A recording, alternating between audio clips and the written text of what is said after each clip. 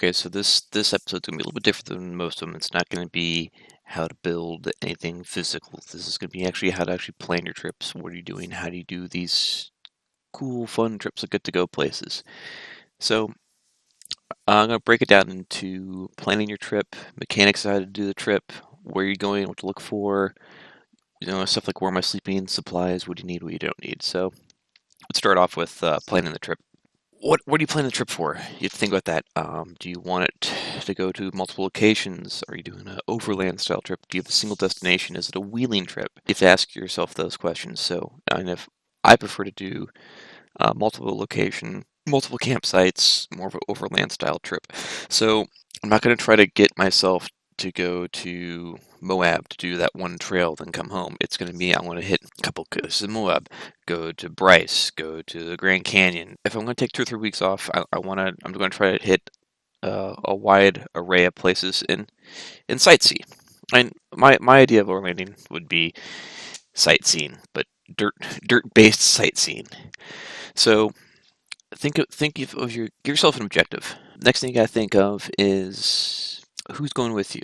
What are their capabilities? Is it just you? Then think of your capabilities. What are you willing to risk? What are you willing not to risk? Inherently, the risks are higher when you go solo because you might not have someone to help you out. Yeah, it's going to be self-reliance. So your risk reward factor will be different. Likewise, you're taking a bunch of people, and you have a Jeep on 37s and can crawl everything. You might have no physical stopping points where you can't go places, except you have to realize all of a sudden you have no gas range. Your range is maybe 150 miles if you're lucky. So you have those limits.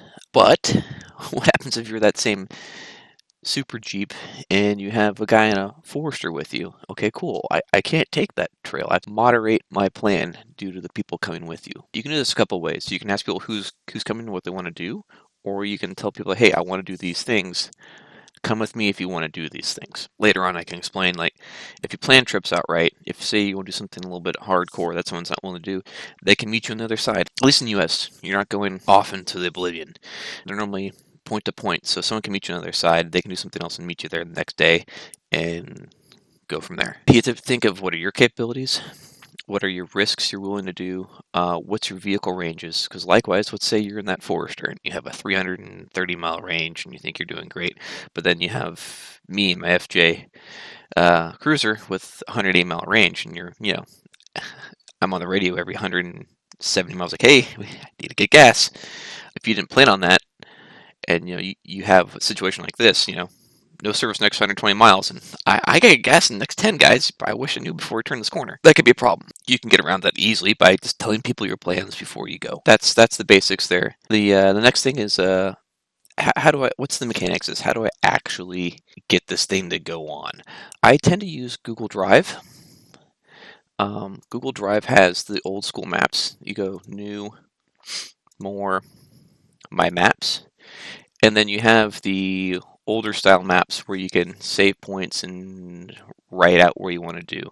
I like this because you can click here, you can export to KML or KMZ, you can print the map, each layer, you can rename, delete, open data tables, you can do stuff, you can share, you can import. I can import CSVs, XMLSs. Like basically, if you have a list of coordinates, or you have a GPX or a KML file, you can just drop it in, go to town. Also, if you say you have those already uploaded to your Google Drive, you can just go, hey, there it is. Like this one. Fetching. It's going to take a second. And it should generate the whole route. Boom. It's like, oh, was this the route you wanted to look at? Yes, it was. So say you have a couple friends with you, they're going with you, you can just save this to your drive, share it. So let me go back 2 steps here.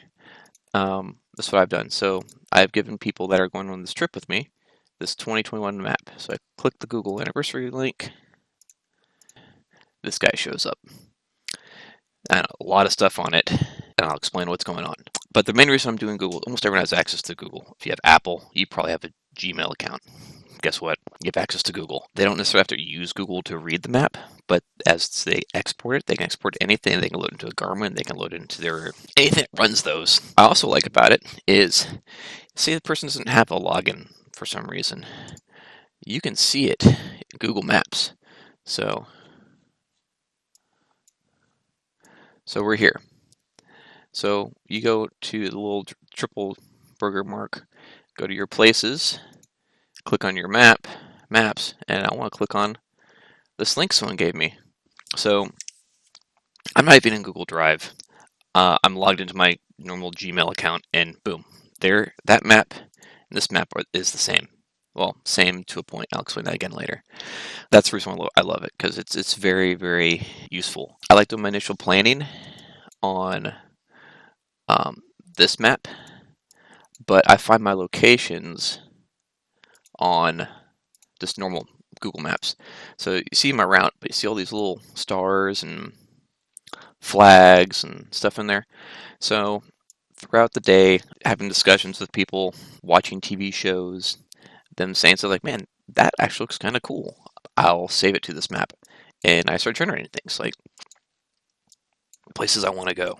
So I've marked these places I want to go, and it's just like any other website. You click it, and you save it, and you can then save different files. So like on this guy, so yeah, I've saved as want to go, starred places, favorites. I've also added campsites and food, so I have my own lists. So there's plenty of data you can pump into this map, and it fills up. I tend to put places I've been.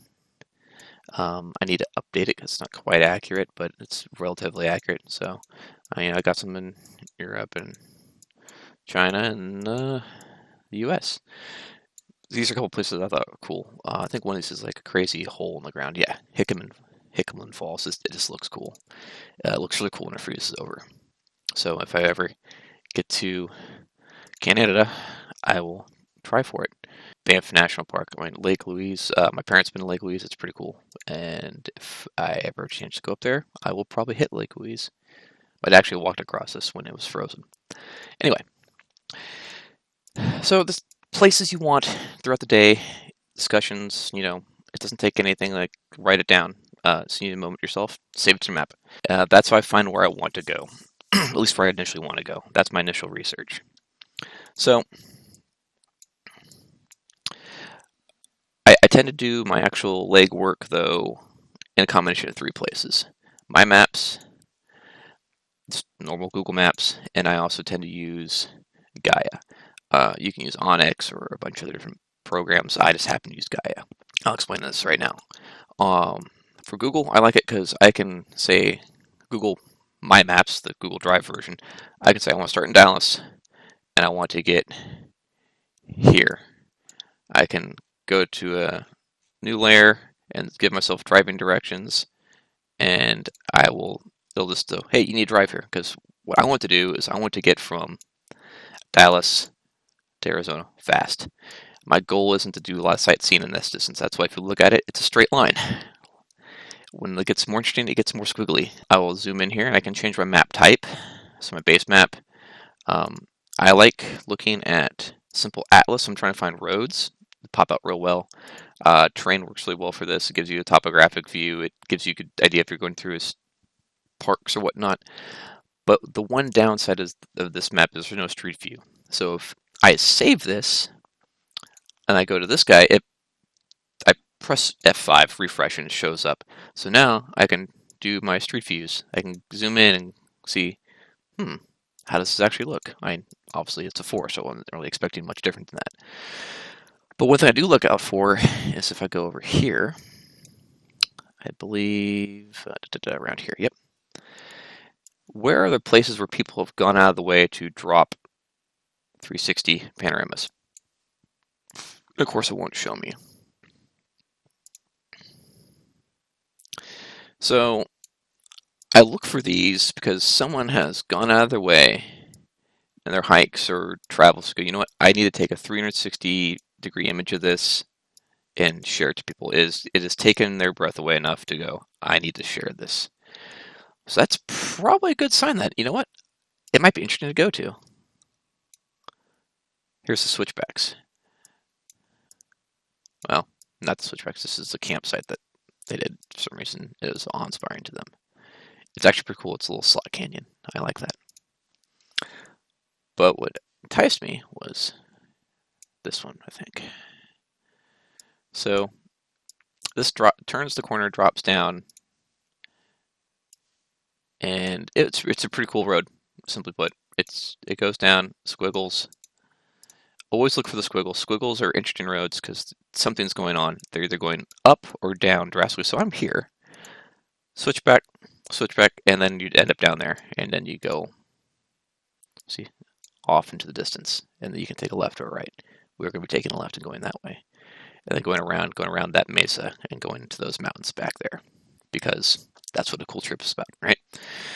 Bounce between this guy, my maps recording it, and Google Maps checking if it looks interesting. Are people dropping points of interest? Are there roads? So like not having a this is road, but it's interesting. It's interesting. Not every road's going to be the Rubicon, and if it was, it'd take you years to get anywhere. Driving around, looking around with this and going here. I can take a look here. So like this is my turn off. I believe it's right up here. This hits BLM land. Right there. I believe I can double check it. Let me zoom in.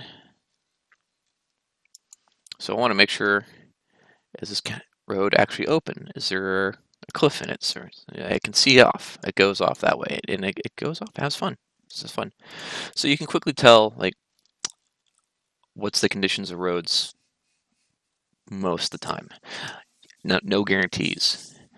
So that's what I do, and then finally what I'll do is let's take a look at this campground here.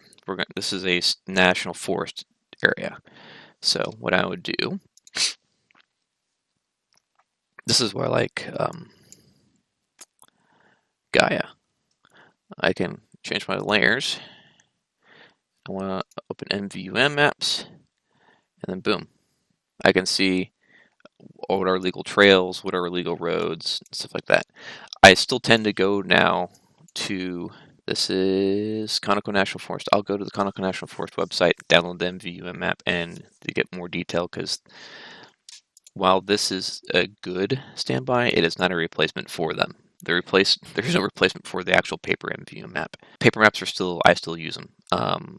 If I don't actually have them, what I'll do is I tend to do this. Download as a PDF, find the most northwest coordinate that's actually on the map, I'll mark it.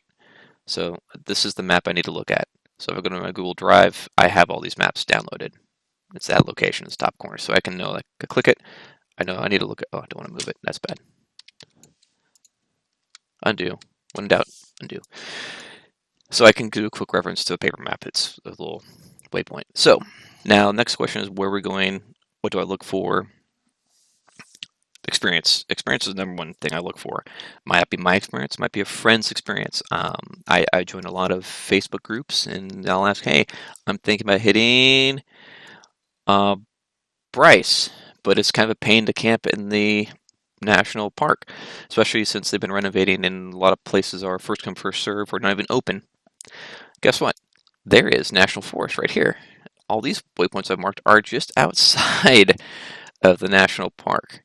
National forest. No reservations, no campgrounds, just park where your heart desires. And I've done is I've gone through, looked, so I can change the satellite view, and I can take a look like, okay, this is relatively broken up. Hell, there's a vehicle camping right there. There's plenty of room. That guy's apparently there for the long run. He's got 4 solar panels out, boat, tow vehicle, pop outs. He's there for a while. But I mean, for a night stay, sure. And I got the squiggle, so there's elevation change going on there. Or valley. Occasionally this doesn't close, but you re-click it again and boom, it populates again. What I also like about that is with this map, I can change my base layer to all sorts of things. And I can, see what fits my mentality best. If I'm trying to get place to place, like I said, I try to use the Atlas view because it shows me my roads. It shows me pretty good detail roads when you zoom in too. But I always confirm it with the MVUM, and I confirm it with local maps that I can find. For instance, and this is BLM land, so I have a BLM land map that I've printed out and sketched out where we're going to make sure that this is legal. Most time it is, but I try to be on the side of cautiousness. So anyway, Facebook groups, people have been there. We aren't going to the moon, and heck, that's not even a valid thing, because guess what? People have gone to the moon too. You can ask people, hey, I'm going here. Anyone have any places I want to hit? And some people say, yeah, this, and this. Like, okay, well, I really want to go to those. Thank you for the help, though. Or, that sounds really cool. I tend to also ask if I know people are coming with me, like, I want to hit these places. Anyone want to hit anything else or have any ideas? Commonly, they go, no. Or they sometimes say, yeah, I'd really like to do this, and I'll see about adding it. So I ask around, ask people. Preferably if I knew people in the area, I'd ask, hey, is this good or bad? Because, something might look really easy, as soon as there's an inch of rain, it becomes quicksand. I don't want that. Realistically, I do that, and then I also look for squiggles. Squiggles are going to be elevation changes. They're going to be canyons. There's some type of geographic thing keeping that road from being straight, because one thing the United States likes to do is make straight roads. For instance, look how straight the road is from Dallas to Flagstaff. I kind of go north a little bit to Amarillo, and then I'm going west. My only change is we hit a Native American reservations and a mountain range. It's cheaper to go around the mountain range than go through it. And then go right back down. But look at that is a straight road. Good old 40. It is a very, very straight road. Look at the road next to the Grand Canyon. Pretty squiggly. Look at the roads up here where I'm going through mountainous areas. I'll switch over to this guy. These tend to not really show you how awesome the roads are, but let's see, like, there's a hill here that's driving around hills. Hill over here, so it's snaking through. Interesting things, elevation changes. That's what you want to see on these road trips. If you want to go in a straight line, just get a plane, fly there. There's not much else to that. Ideally, ask people. Ask. Nothing beats a first-hand experience. The only thing that beats a first-hand experience is first-hand experience with someone else, especially if it's bad. Learn from their mistakes, not make your own. Where are you sleeping on these multi-day trips? State, national parks, national forest, BLM, hotel even. Just because you're going on a trip doesn't mean you have to separate yourself from the planet. Go to these towns. Hit anywhere you want, really. It's a trip. Do the trip how you want to do it. If you want to be remote and act like you're on the face of the moon, go for it. I think you'll miss out on a bunch of stuff. Like, we're hitting touristy spots. We're hitting north-south rim of the Grand Canyon on this trip. We're going to drive all the way up to Yellowstone. We're going to drive by the Tetons, for good reason. Tetons is more of a hiking park. We can drive by it and look across and see it, because the Tetons are actually over here. We're not spending days for this trip, and I'll explain what our actual trip goal is later. One thing that we're trying to do is mostly national forests. National parks and state parks normally require reservations, or they require special rules, regs, and all sorts of stuff to properly stay there. Nothing's wrong with that, but if you're taking a multi-day trip like this, what happens if we took this trip this year, there was fires all over the Grand Canyon? I'd have to figure a way to get from Flagstaff or avoid Arizona entirely and get up into Utah. What do I just lose my reservation in Flagstaff? To lose my hotel reservation in Flagstaff? Do I go there and then figure a way around? What happens if I take this a 2-day delay and all my other reservations are gone? Do I skip huge swaths of the trip to catch up? Or, since I'm planning on mostly staying in national forests, I just show up when I show up. National forests are just that.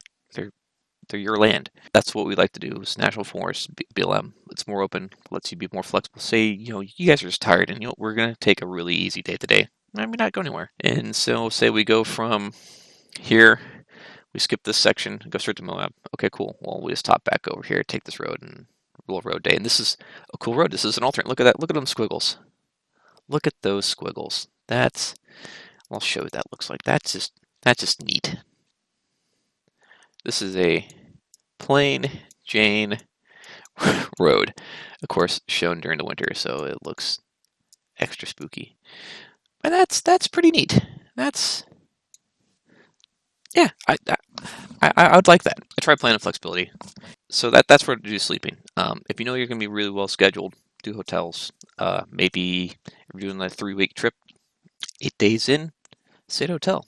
Get some laundry service. Take a shower. Relax. AC. We're taking this in June, which is going to be interesting because we're going in June, but we're going all over the place in June. We're going from 4,000 feet to over 10, down and all. We're going all over the place. So temperature change is going to be all over the place. So we're going to have hot days, cold days, everything in between. Hotel might be nice. I am leaning on not doing hotels just because. But nothing would stop us from going, hey, is this hotel open? Well, everyone's going to be spending $60 tonight. We're going to a hotel.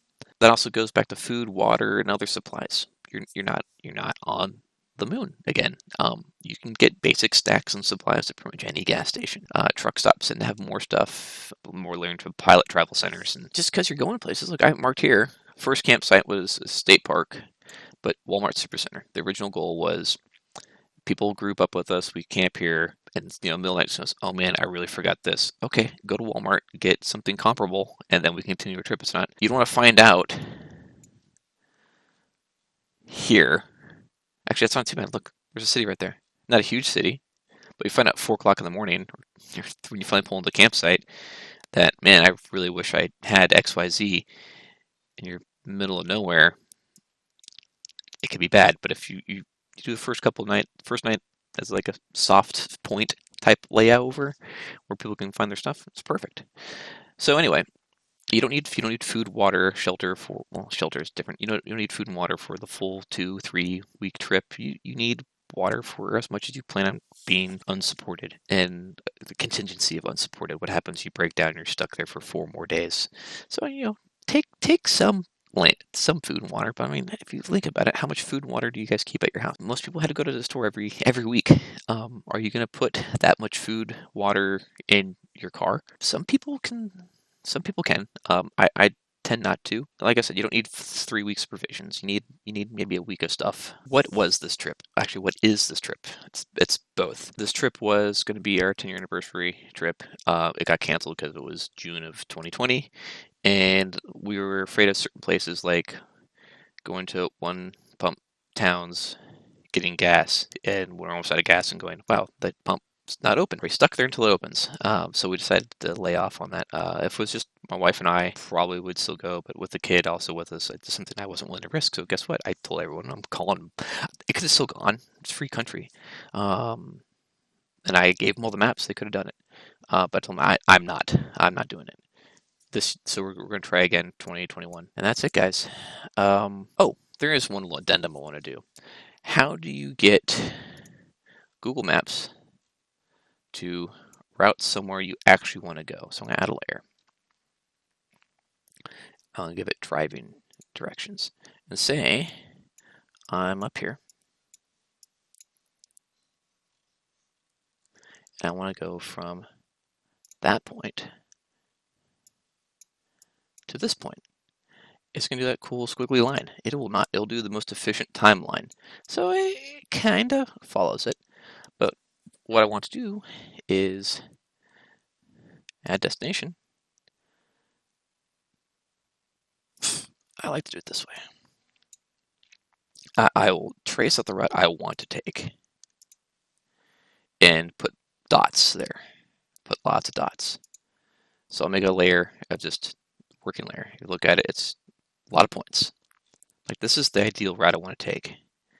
Then, for simplicity's sake, I'll go back and do a driving directions back on top of it. So add destination. I'll keep working on it until it shows me what I want. And then I'll keep doing that and save it. Now there are some challenges to this. I'm doing this at winter, and guess what happens in winter? These roads in Yellowstone close. So let me clear out this. Delete this layer. Yep, delete it because I'm not using it. Draw a line. So none of these routes I want just a line. I want to go here to here to here to here to here to here and just trace it out. And when I'm done, press enter, save it. 33 miles of line. Then I can go back and go, man, that's really not accurate. Click the line, edit the line, and drag a midpoint. And every time I do that, it adds me a new midpoint. So I can start getting close. So when I'm done with that, I'll drag it to my primary route. The primary route is just that this is if everything goes well, we're going to take this nice blue line through the United States and go to Breckenridge. If we have time, I might drive people down the Colorado Springs and take Spike Peak just because it might be fun. I try to plan a lot of secondary routes. I consider kind of advanced planning for a couple things. Let's say horrible rain, mudslides, Moab's on fire. Why? Because it could. First off, I try to make my route so I can just make bypasses. So like, look at Highway 95 and 24. I can just lobe off all that.